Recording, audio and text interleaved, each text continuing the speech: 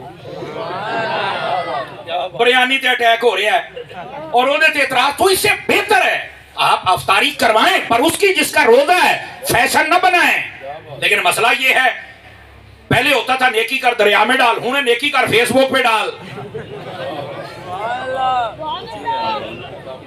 وہ کئی چپ ہو گئے غصے نہیں ہوئے بیٹھے اس واسطے تھوڑا دھیان کریں ہمیں دھیان کرنا چاہیے اور آئیے اگلی بات آپ کی خدمت میں عرض کروں محبوب کریم صلی اللہ علیہ وآلہ وسلم آپ کے دیوانوں یہاں ایک لطف کی بات اور سناؤں آپ کی خدمت میں سارے ادھر دیکھیں میری طرف نبی پاک نے فرمایا سحری کبھی نہ چھوڑنا کیوں فرمایا سحروا فإن سحورکم برکۃ فرمایا سحری کیا کرو یار ایک بندہ اٹھے جا کے انہوں نے علامہ علی رضا صاحب نے جانا ہے تو پھر ہاں بیٹھ جائیں میرے بیٹے تسی سانو بڑے پیارے ہو بیٹھ جائیں توجہ فرمائیے ذرا سبحان اللہ فرما دیجئے تاکہ میں بات عرض کروں بچیاں نو تھوڑا جا ریلیکس کر دئیے نا تو پھر وہ این جی کر دینے تو اس واسطے یہ ہمارے بچے ہیں ساڈی پنیری ہے تے اس پنیری نو چاہیے بھی اسی کنو دے بوٹے لانے نے تسی کھٹی نہ بنو فرما رہے نا یار اسی کنو دا بوٹا لایا تے کنو ہی سانو چاہیے بھائی تے چپ کرو میرے بچیو تسی گل سنو اب آپ ادھر دیکھیں فقیر آپ کی خدمت میں بات عرض کر رہا ہے محبوب کریم نے فرمایا سحری کرو اس میں تمہارے لیے برکت ہے فرمایا سحری نہیں چھوڑ سحری ضرور کرے اور اگلی بات بہترین سحری کیا ہے فرمایا کھجور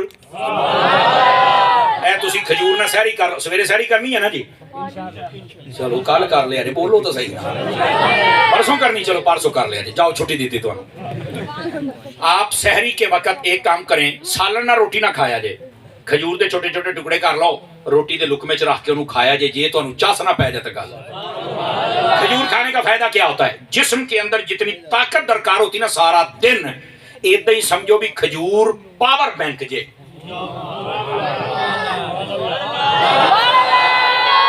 پاور بینک جے یہ 3 کھجوراں اندر ٹوڑ گئی نا تو انہوں نے اپنا کام کرنا ہے بے شک 5 کھا جا سمجھ آئے دوسری بات پاور بینک کس طرح اس نے قوت مدافعت کو برقرار رکھنا ہے دوسری بات جے تو انو پیاس لگ جائے تو پھر بھی گل کرے کھجور کے اندر یہ طاقت ہے کہ یہ بندے کو جیسے بھوک نہیں لگنے دیتی ویسے پیاس بھی نہیں لگنے دیتی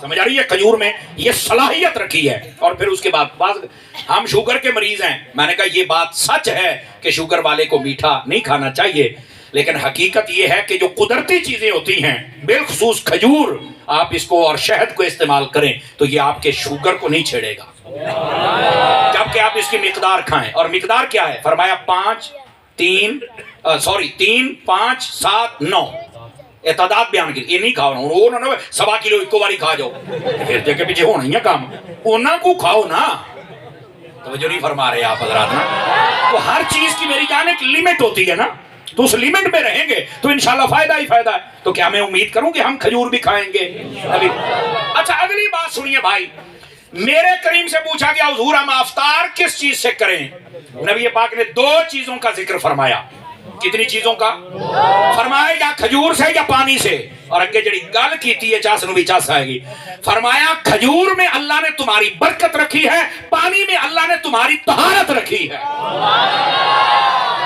کھجور کھاؤ گے تو اللہ برکت عطا کرے گا پانی پیو گے تو اللہ تعالیٰ تمہیں طہارت عطا کر دے گا اس لیے کھجور اور پانی اس کے ساتھ آپ روزہ افطار کر سکتے ہیں اب آئیے ذرا اگلی بات تاکہ اس حدیث کا تتمہ ہو جائے اور پھر وقت بھی قریب لگنے والا ہے 11ویں کے ہم تو 11ویں کھانے والے ہیں نا جی تو 11 سے پہلے جان چھوٹ جائے گی لیکن توجہ میری طرف رکھیے میرے حبیب کریم صلی اللہ علیہ وآلہ وسلم آپ نے ارشاد فرمایا اب یہ دوسری حدیث یہ حضرت سلمان فارسی والی تھی جس کی میں وضاحت کر رہا تھا نبی کریم علیہ السلام نے ارشاد فرمایا آتاکم شہر رمضان فرمایا لوگو تمہارے پاس رمضان کا مہینہ آ گیا اور وہ ہے کیسا فرمایا یغشاکم اللہ فی اس مہینے میں اللہ کی رحمت تمہیں ڈھانپ لیتی ہے. وَيُنَزِّلُ فِيهِ الرَّحْمَةَ اللہ تعالیٰ اس میں اپنی رحمت کو نازل فرماتا ہے. وَتَحُطُّ الْخَطَايَا فرما اللہ تمہاری خطاؤں کو معاف کرتا ہے. اور فرمایا وَيَسْتَجِيبُ فِيهِ الدُّعَاء اللہ اس رمضان کے مہینے میں تمہاری دعائیں قبول فرماتا ہے. وہ جو نہیں فرما رہے. اور اس کے بعد جو اگلی بات فرمایا يَنْصُرُ اللَّهُ فرما اللہ نظر رحمت فرماتا ہے. کہاں؟ إِلَىٰ أَنفُسِكُمْ وفي روایت إِلَىٰ نُفُوسِكُمْ تمہارے دلوں کے اندر کہ تم کتنی اللہ کی رضا کے ساتھ روزہ رکھ رہے. یہ رمضان کا مہینہ ہے, رحمت آ رہی ہے, رحمت برس رہی ہے, گناہ معاف ہو رہے ہیں. فرمایا کہ اس میں دعائیں قبول ہوتی ہیں, اللہ تمہارے دلوں پر نگاہ ڈالتا ہے. اور جو اگلی بات ارشاد فرمائی فرمایا فَإِنَّ الشَّقِيَّ مَنْ حُرِمَ رحمت اللہ فرمایا بد نصیب بندہ دیکھنا ہو تو اسے دیکھو جو رمضان کی برکت حاصل نہیں کر سکتا. بلکہ میرے کریم خاتم النبیین صلی اللہ علیہ وآلہ وسلم آپ نے ارشاد فرمایا جب آپ منبر پر چڑھ رہے تھے, مشکات ریاض الصالحین اکثر کتب میں یہ حدیث موجود ہے اور آپ نے علماء سے سن رکھی ہوگی لیکن اس طالب علم سے بھی سنیے, لطف آئے گا. نبی پاک علیہ السلام منبر پر جلوہ گر ہوئے فصاعد المنبر فقال آمین آمین آمین. میرے نبی منبر پر جلوہ گر ہونے لگے, ایک سیڑھی پر قدم رکھا تو آمین, دوسری پر رکھا پھر آمین, تیسری پر رکھا پھر آمین. صحابہ کرام عرض گزار ہوئے آقا یہ ارشاد فرمائیے آپ نے 3 مرتبہ آمین ارشاد فرمایا لیکن ہم نے بظاہر کوئی بات نہیں سنی جس پر آمین کہی جائے, تو حضور ارشاد فرمائیں گے کہ وہ کیا چیز تھی تاکہ ہم بھی سنیں. میرے نبی نے فرمایا ہاں عرض کرتا ہوں فرماتا ہوں کہ وہ کیا چیز ہے.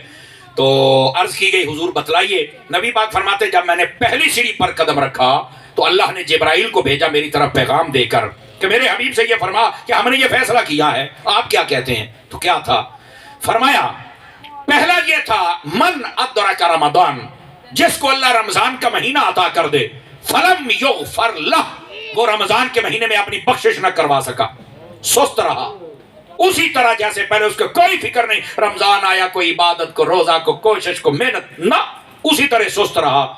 فرمایا فَأَبْعَدَهُ اللَّهُ وَفِي رِوَایَةٍ فَدَخَلَ النَّارِ اللہ نے اس کو اپنی رحمت سے دور کر دیا جو رمضان کا مہینہ ملے اور اپنی بخشش نہ کروا سکے, اور اللہ نے اس کو جہنم میں داخل کر دیا. یہ فیصلہ مطلب اس کا فیصلہ یہ ہے. حضور فرماتے ہیں میں بھی آمین کہہ چھڑے آگے.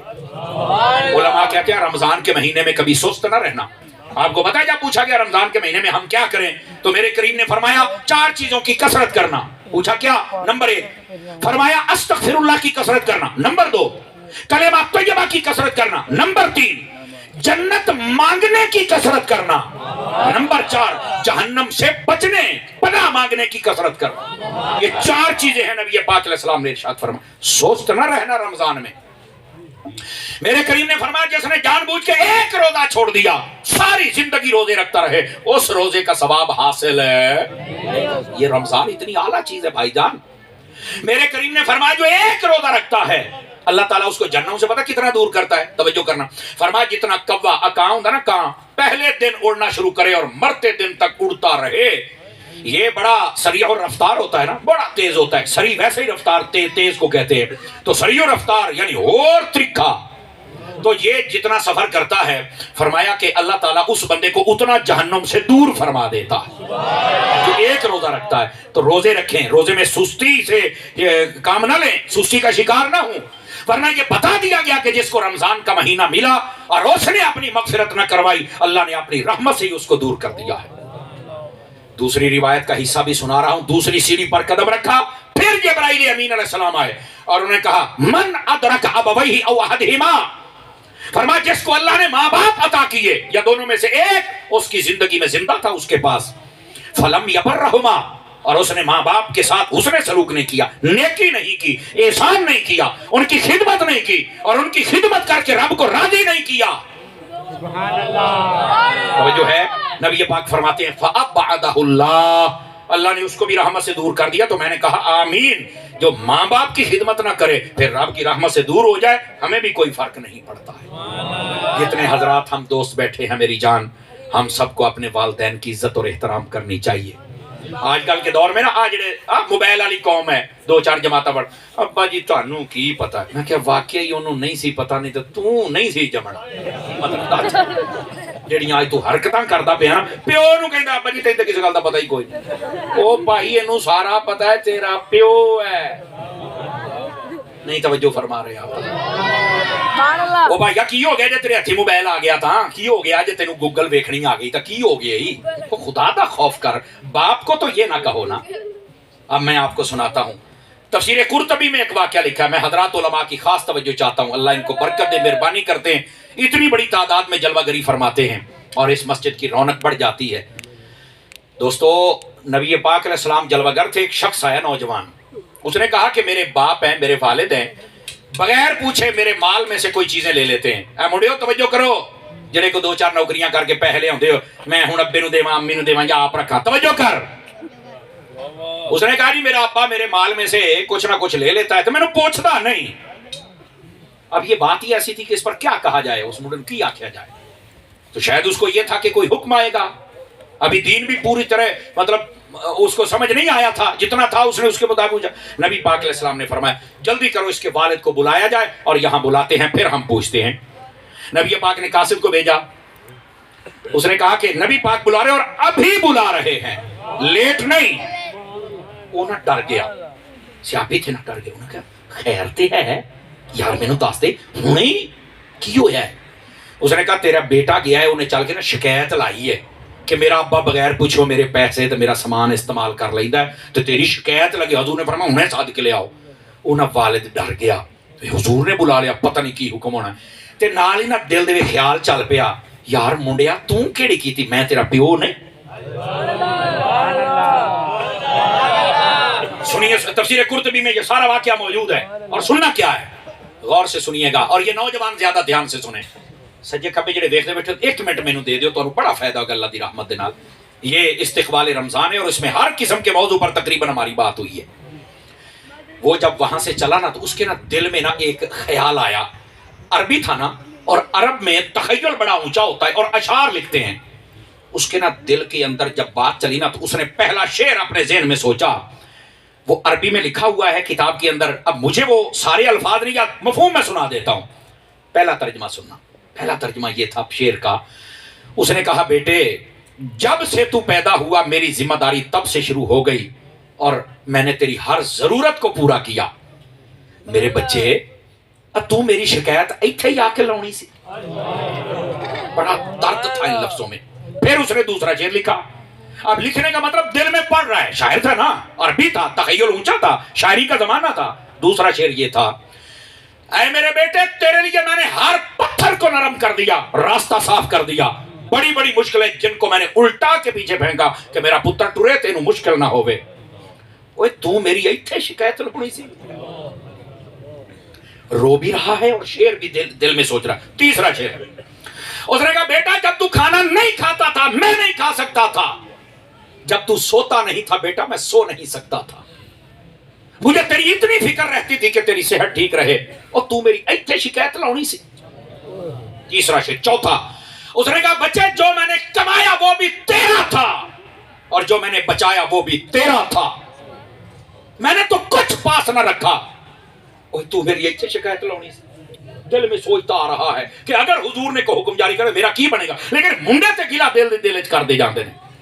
اگلی بات فرمایا بیٹا جب تو پیدا ہوا تو مجھے پتہ کتنی خوشی ہوئی تھی، میں نے خوشی کی پورے خاندان علاقے برادری میں، اور میں سمجھ رہا تھا کہ اللہ نے میرا بوٹا لا چھڑیا ہے، یہ درخت بڑا ہوگا، اے ہن تو بڑا ہویا ہے، میرا بڑا دل سی اے دے سائے تے بھی بواں اے دا پھل بھی کھاواں، یار اج پھل کھان دا ٹائم آیا، تو میری ایتھے شکایت لاونی سی۔ اور آگے جو اس نے جملہ بولا، اس نے کہا بیٹے تو ایک مرتبہ بیمار ہو گیا تھا، میں ہر طبیب کے پاس لے گیا اور میں نے چل کے کہا تھا میرا بچہ ٹھیک، حالانکہ مجھے پتا تھا کہ جب موت آ جائے گی میں بچا نہیں سکوں گا، لیکن میں نے اسے کہا تھا کوئی چیز میری نہ رکھنا، میرے بچے کو ٹھیک ہونا چاہیے۔ او پتر تو میری ایتھے شکایت لونی سی آ کے، بار بار یہی بات جملہ دوہرا رہا ہے۔ توجہ کرنا ذرا میرے دوست، میرے بھائی، میرے یار، میرے سجن، میرے بزرگ۔ اب وہ آ گیا نبی پاک کی خدمت کے اندر، نبی کریم علیہ السلام کی خدمت میں ایسے ہاتھ باندھ کے کہتا ہے حضور آپ نے طلب فرمایا، حضور میں آ گیا، حکم۔ میرے نبی کا جملہ سنتے ہی آپ کا دل بھی مچل جائے گا۔ حضور اکرم علیہ السلام نے فرمایا بات بعد میں کرتے ہیں، گھر سے نکلتے یہاں آتے تک جتنے شعر سوچے ہیں پہلے وہ پڑھ کے سنا ہے نا مینوں۔ میرے کریم تھے نا، غیبوں پر خبردار تھے نا، ذرا یہ مجھے پڑھ کے سنا۔ اس نے وہ شعر پڑھنا شروع کیا، منڈا بھی کھلوتا ہے کہ وہ بھی بس نبی پاک ایک شعر دوسرا شعر، آنکھوں سے آنسو چل پڑے۔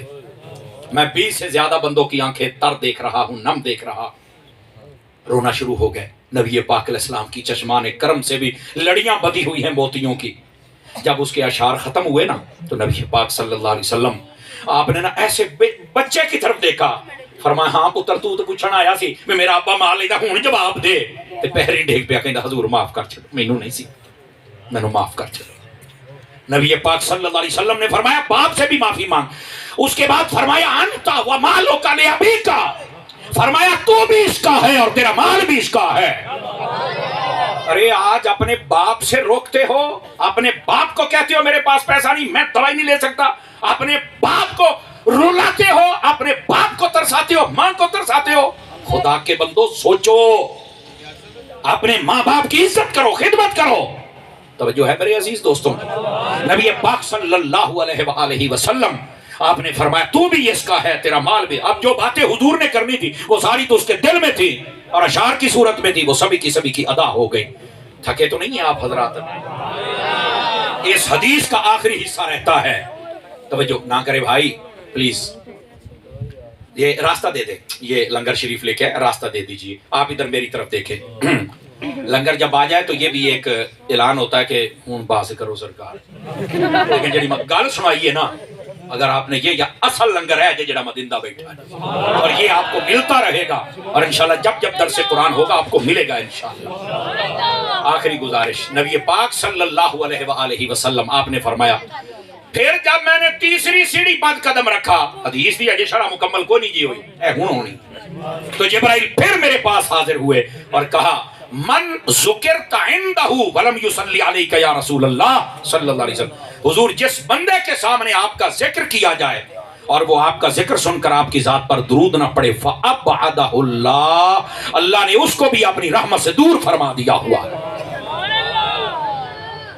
اس واسطے جب جب میرے کریم خاتم النبیین کا نام اسم گرامی حضرت محمد صلی اللہ تعالی علیہ وآلہ وسلم آئے، محبت کے ساتھ درود پاک پڑھ لیجئے، پڑھا کیجئے۔ یہ وہ بات ہے، فرمایا جو درود پاک نہ پڑھے اللہ اس کو رحمت سے دور کر دے۔ بلکہ ایک حدیث شریف میں ہے، میرے کریم نے ارشاد فرمایا من نسی الصلاۃ علیہ نسی طریق الجنہ، فرمایا جو مجھ پر درود پڑھنا بھول گیا گویا وہ شخص جنت کا راستہ ہی بھول گیا۔ اس واسطے درود پاک ضرور پڑھا کیجئے۔ دوستان گرامی، یہ تھی رمضان کے حوالے سے ضروری گزارشات، فضائل کے حوالے سے، مسائل کے حوالے سے تو زیادہ میں بات نہیں کر سکا، علماء ہیں وہ آپ کو بتاتے رہیں گے، لیکن پہلی 2 حدیثیں ان کی شرح اگر آپ یاد رکھیں گے تو مسائل بھی ہو چکے ہیں، اور بیچ میں جو اصلاح کی باتیں تھی وہ بھی فقیر نے عرض کی۔ دوران گفتگو میری زبان سے کوئی غلط کلمہ نکلا ہو تو میں اپنے رب سے معافی کا طلبگار ہوں، میرا رب مجھے معافی عطا فرما دے، جتنے کلمات صحیحہ و حقہ ہیں خلا کے عالم قبول و منظور فرمائے۔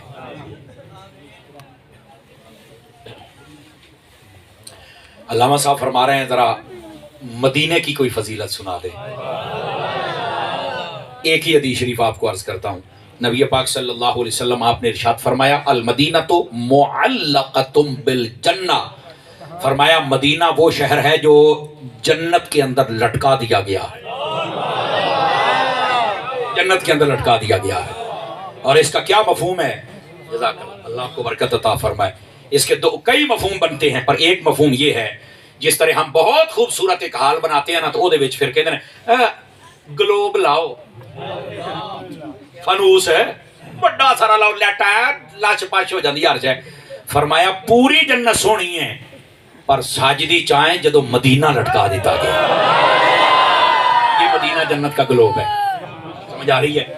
نبی پاک صلی اللہ علیہ وسلم کے دیوانوں، اللہ ہم سب کو، جزاک اللہ، اللہ آپ کو برکت عطا فرمائے، اللہ ہم سب کو رمضان مدینہ دیکھنے کی توفیق عطا فرمائے۔ نبی پاک علیہ السلام نے فرمایا، آپ دوسری حدیث بھی سن لو، فرمایا من استطاع ان یموت بالمدینہ فلیمت بہا، فرمایا جس سے ہو سکے کہ وہ مدینے میں مرے تو فرمایا پھر کہیں اور نہ مرے، پھر مدینے میں آ کے مرے۔